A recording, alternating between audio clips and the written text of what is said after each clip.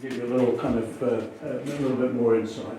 I've taught in two places in America, Bandera in Texas and in Seattle in Washington. So very different and very disparate, which I think is the key thing to American universities, is that there are so many universities in the United States covering such a wide geographical, wide political areas, and choosing those universities to which you ultimately apply is one of the key and most important elements that I help students with. So as we speak at the moment, I have students that I've worked with who are studying at those universities there. One, this is a former Morton Hall girl, is at the University of Mount Olive, and those and many other universities as well. So a rich variety of universities, some very small, 300, 400 students, some enormous, 55,000 at the University of Texas in Austin.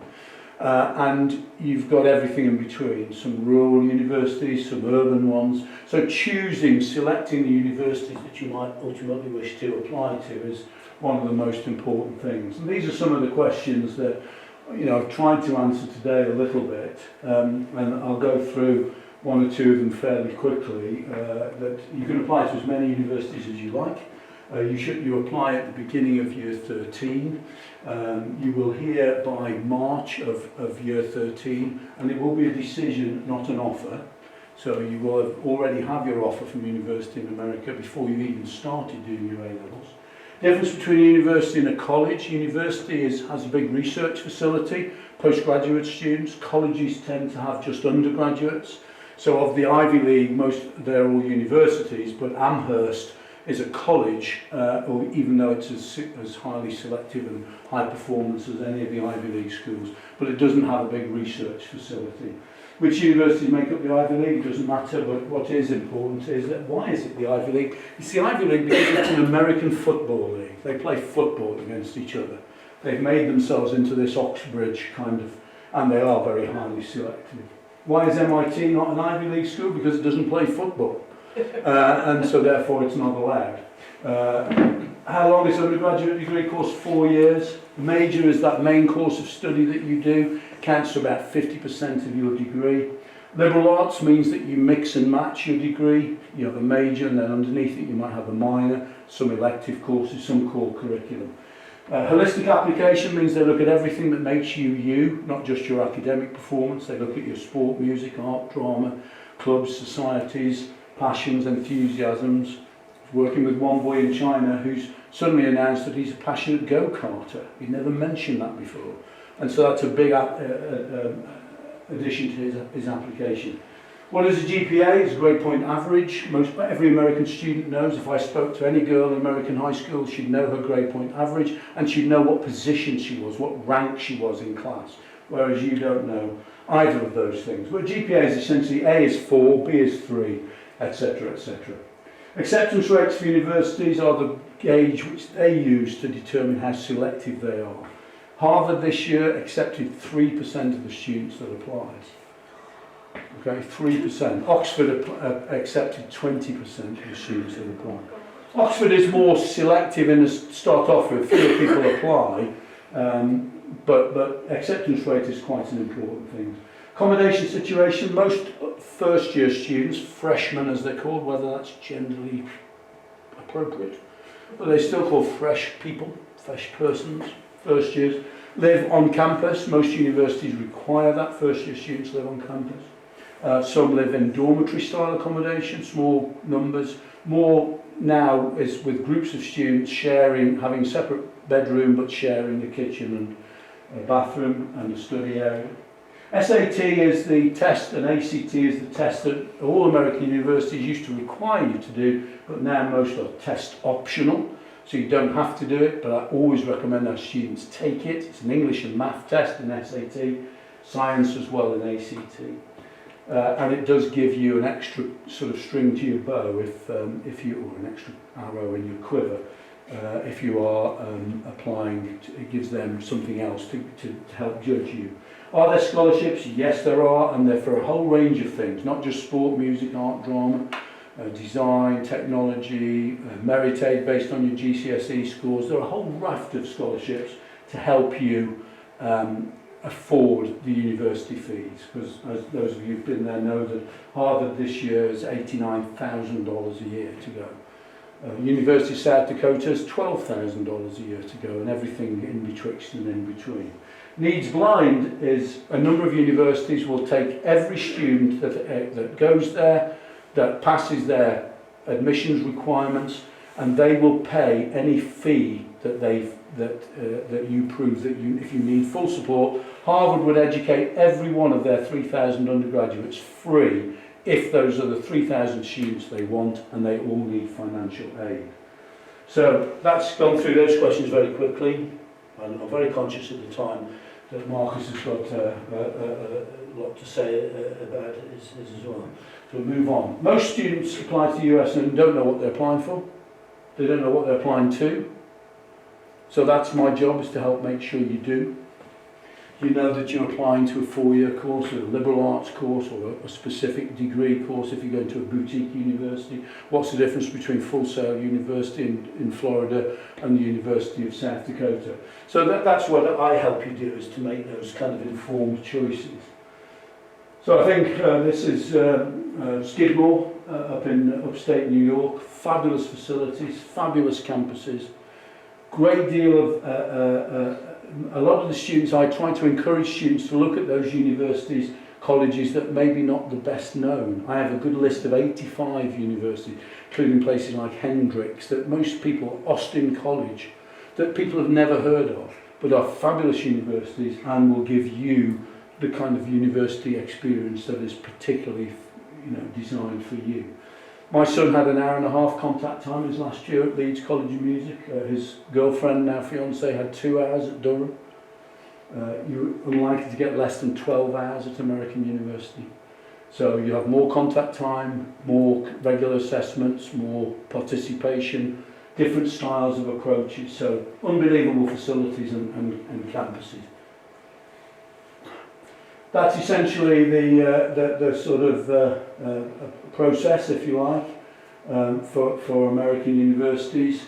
So essentially, if you're in year 11 or 12, we're kind of looking at university exploration and shortlisting. We're looking at beginning to look at your personal statement, your essay. One of the girls from Morton Hall here wrote her application essay on cookery, on her love of passion for cookery. Some write it on a passion for sport or something that's happened to them which has changed their life significantly, or that they've changed somebody else's life significantly. So Miss Lang will know all about writing recommendations, which is the labour-intensive part from the school, writing your recommendation to help you. But then in year 13, we start to finalise that list, get it down to about 12 universities which you apply to, and then in November through January you do your application. And then in May you will accept the offer of the university place that you particularly like, the place that you like, a price you can afford, and the course that you want to do. And then whilst the other girls are sweating over their A-level results, where the Durham will turn them down because they got 1 grade less, you'll be sitting there with smug satisfaction on your face. Okay, I'm not bothered with that, I haven't got time for that. So, just go back to the key questions. How much does it cost to study? Well, we've mentioned that. Cost at other universities, as I say, the tuition fees go from $8,000 for a community college. $35,000 is about the average price for a US publicly state-funded university. Private universities, which make up over half the universities, have more financial aid available to them. I've got 2 minutes and 15 seconds. Mark. So essentially, to fund your place at university, you can either pay, write the cheque out, and I work with some students who can do that. Can you get me a place at Harvard? I'll give you $250,000. Okay. Most are not. Most try to make up their financial aid. So as I mentioned, Jefferson Scholarship, which is the University of Virginia, which if you're successful, I'm working with a girl at Newcastle High School for Girls, and she's just going over to Virginia in a couple of weeks' time for the final selection process. If she's successful, if she's one of the 40 successful candidates, 40 out of 5,000 that started off, the University of Virginia will give her a scholarship of $370,000. The University of Toronto the same. They have Lester Pearson Scholarship, University of Toronto. So sport is one of the big things. That's University of Michigan's football stadium. 135,000, the big house. Sport is enormous if you're a lacrosse player or if you're a soccer player. But also, you know, the other way sports can help. This is the marching band at the University of University of Michigan, rather. Can anybody tell me what's odd about this group here? Slightly odd. This is the cheerleaders. This is University of Michigan cheerleaders. Slightly odd for cheerleaders. I'm going to be very NPC and say there's guys. There are two rows of boys here, young men. Up until 1941, all cheerleaders were men. What happened in 1941 to make girls do it? They went to war. Second World War. Americans during the Second World War. So all the men were top. But quite a few universities have mixed cheerleader teams. Some still have male only. Most are female only. If you want to watch a great program, girls, if you want to see bitchiness to the 20th degree, watch Dallas Cowboys cheerleaders. Oh my God, that takes bitchiness to another level. So watch that. I'm down to 1 minute. Very quickly. So if you want to watch the University of, I'm not going to show you that, but watch it. It's well worth watching. Sports, big thing. So you must apply UCAS as well. You must do that. Don't. That's my alarm telling me to shut up. So it's most important that you pursue that, because it may well be that, you know, if you don't like going to university in Texas or wherever and you come back to the UK, that those poor A-level grades, because you were so thrilled that you were going to university in Texas, will come back to haunt you. So as I say, the Jefferson Scholarship at Moorhead came $330,000 a year. So I think that'll cover me for a second. I'll keep going through those. You can apply to as many universities as you like. But there are boutique universities. So if you are interested in a particular thing, this is Full Sail University, which is a creative digital arts, esports. They're into wrestling, worldwide wrestling. They do all the filming and the sports commentary for that, for ESPN. So there are some boutique universities if you are particularly passionate about an art form, whether it be performance or creative or digital. And Full Sail University in Orlando, Florida is one of the best. Right, Marcus, I'm going to shut up at that point. And then, so I'm sorry, but for those of you, I know many of you have got in touch, but that half-hour chat would be, I think, most helpful. So can you come and do that then? So any immediate questions while Marcus is just setting himself up for business? Anything Can you apply to as many as you want? Yes, you can. I've just glossed through that a little bit. I wouldn't recommend it. 4,000 essays or 4,000 application fees is quite a lot. Most students, I was just talking to Kate Beals, who's in year 13 here, she's applied to 12, I think. That's about common. 12 is about common. And it's important having a balanced list of those highly selective universities, or selective as you think you are, and then having a balanced list of universities, so that, you know, if you apply to all Ivy League universities, it's most likely going to be rejected by all of them. So you apply to a couple of Ivy League, a couple of second division ones, a couple of third division ones, to make sure you get a range of offers. Last question before. Do you have to, if you apply to 12, do you have to write 12 different essays? No, you don't. But if they're on Common App, you do one. But some ask a supplemental essay. University of Chicago they gave a Japanese palindrome. Do you know what a palindrome is? It reads the same forwards as backwards, like madam, I madam. If you read it backwards, it says that. They gave one in Japanese and said, pick a palindrome in another language and explain how you're going to enhance your application to the University of Chicago. What would you tell a wisdom tooth? Describe yourself in 3 words. Those are the kind of supplemental essays, trying to make you think outside the box. How do you approach it? Some of them are quite clever. Anyway, sorry, I'll be quiet now. That's okay. I suspect most of you here will want to go to America, so what I have to say is probably not too relevant, but let me just explain who I am, what I do. So I have a business here in the UK. I've been representing international universities for 17, 18 years now. And I currently represent just over 50 or around 50 different universities. So I represent universities that are everything else but America or Canada. That's where Phil comes in. Because in some of these areas, you just need expertise. And Phil's the man for Canadian and American universities. Although I do represent some American universities, I'm not an expert in that field. So basically what I do is I provide free impartial advice and information to students who wish to study outside the UK. Now nowadays you can go and more or less study whatever you like abroad, taught in English, within reason. Okay? What I want to just do over the next few minutes is show you that you can study one subject in different locations around the world, just to give you some idea of what you can potentially do. And you can do this with most subjects, but let me just show you what I mean by that. So basically, one of the areas I specialise in is in opportunities in international business management, hospitality management, event management, luxury brand management. So I represent all the top ranked universities in the world for this subject area. Now, when I come into schools and talk to students about this subject, most students don't know anything about the subject. So it's just a shame really in a school like this, there isn't more students come to listen to this presentation and to Phil's presentation, because I'm sure they'll find it interesting, but hey, that's life. So what I'm trying to get at here is that this is an industry which is very large. It's the second largest industry in the world, the fourth largest industry in the UK.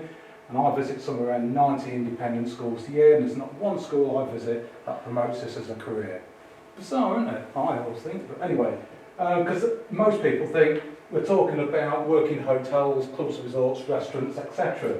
But nowadays, people who go and study hospitality would often go and work in finance and investment, marketing, real estate, that's buying and selling property, consultancy, luxury, sports management. So when you start looking at different careers, you can go in many different fields of work. Okay? So, as I was saying, you can more or less study the same subject in different locations around the world. I just want to show you some of this, what you could potentially do in this subject area.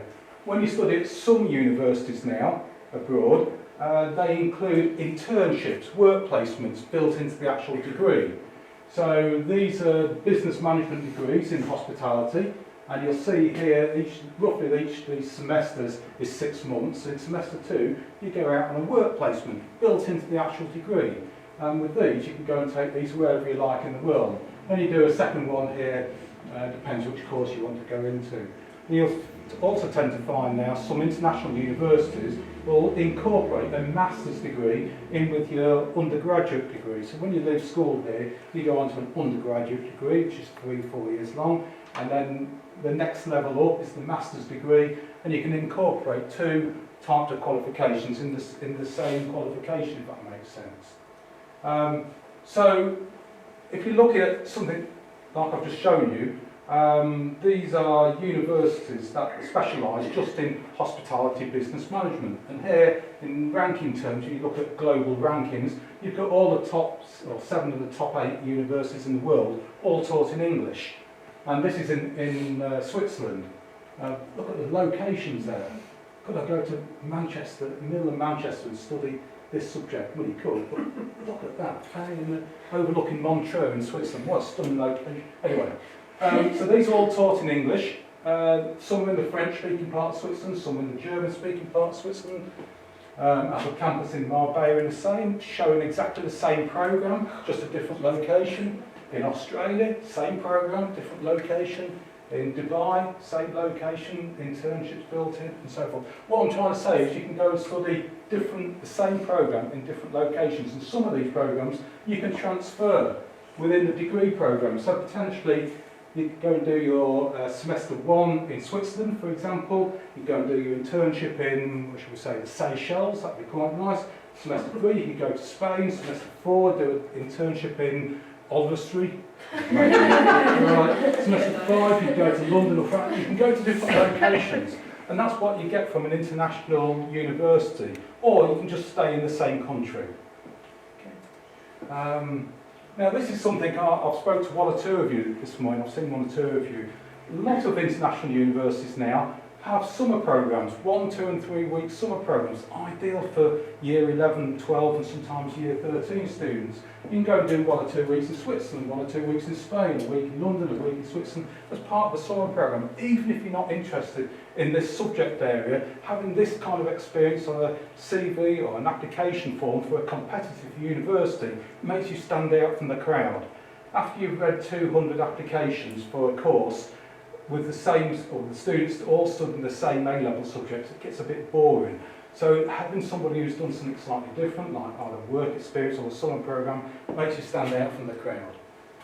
I'll go on to that. Okay. As with what Phil was saying, there's, when you go to study outside the UK, unfortunately, we're now classed as international students, so there's international fees to pay. And it varies from country to country. I could go to Australia and study for around £17,000 a year. That's tuition and including living costs. Probably cheaper than here in the UK at many universities. Or you can go up to sort of around 40,000, which is similar to, I suspect, most American or some of the American universities. And with all the universities I represent, I take the students all the way through the application process in the same way as Phil does for the American universities. Now, I'm not going to go into American universities. This is one of the American universities I have. But again, what you'll tend to find with some of these universities is that they have European campuses. And again, if you wanted to, you can transfer between the campuses. So this American university has a campus in Geneva in Switzerland, in Vienna in Austria, Leiden in the Netherlands, Athens in Greece, and you can start at one campus and transfer to another. So anybody who's interested in languages, fantastic, you can transfer between the campuses. So you can study anything from international relations, computer science, media psychology, and so forth, all taught in English. I have some different universities in Australia. This is quite interesting because some of these universities in Australia, they offer a 1-year diploma program as well as a 3-year bachelor degree program. So any of you thinking of a gap year, you want to take an academic gap year instead of going jollying around the ski slopes. I shouldn't say that. But if you want to take an academic gap year, you can go to Australia, gain a qualification, see the sights of Australia, earn some money, gain a qualification, and either stay in Australia to do a degree or come back to the UK and go on to a different university course here in the UK. I have some universities in New Zealand. Oh, gone too far now. How do I get back? I can't remember how to get back. Anyway, these are universities in France. I have different universities in France and Monaco. As you can start to see, there's management and business courses. Yeah, there you go. So if you want to go and study in somewhere like Monaco or anywhere in France, all taught in English, again, there's different courses there, different options you can go and study. Let's say everything from political science to engineering in France. Again, here, this is another university. I'm just trying to give you some ideas here of different options. This is where you go and study business, Barcelona, Munich, Geneva, different options. You can transfer again, start a year in Barcelona, a year in Munich, and transfer to a different campus, all taught in English. And again here, summer programs. I'm just so keen as students to do a summer program. So 2 weeks in Barcelona, how cool would that be if you want to go and do a course in Barcelona? This is you probably know this one, Phil, do you? St George's University. Yeah, from Northumbria. Yeah, that's in Grenada in the West Indies. Go and study medicine in the West Indies. How cool is that?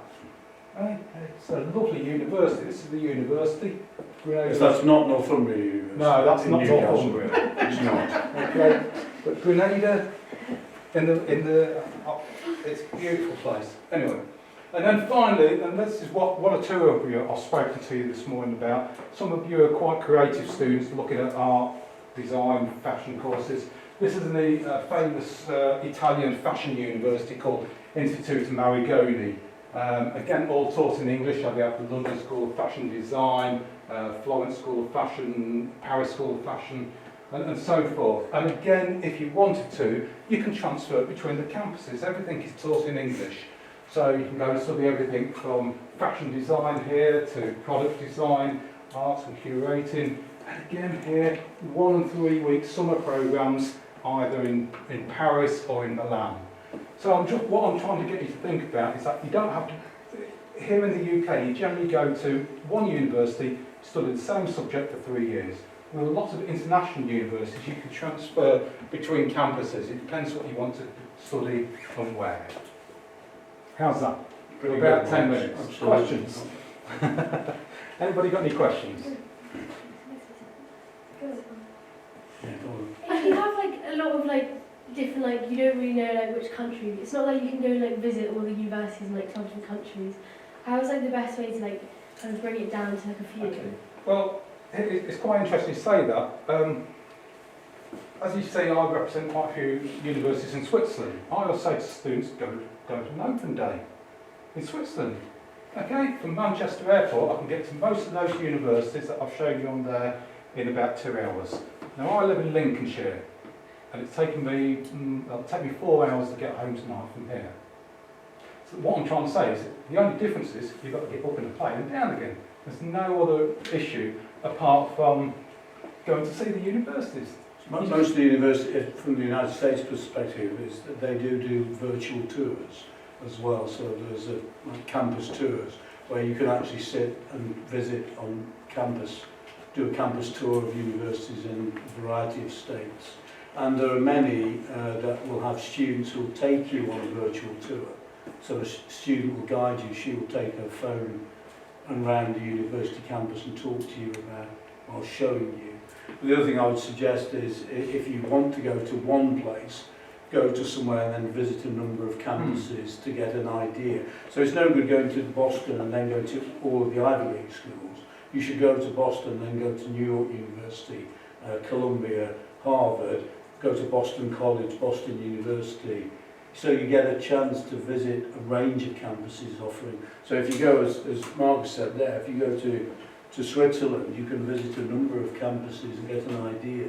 But most you can do virtually now, Yeah. virtual tours. Just to give you an example here. So this one, this, and this. So 7 Or universities. except those two. All except them two, because they're in the German-speaking part of Switzerland. You can visit all those because they're all within 20 minutes of each other, believe it or not. They're all within 20 minutes. So you can visit 7 different universities in one visit.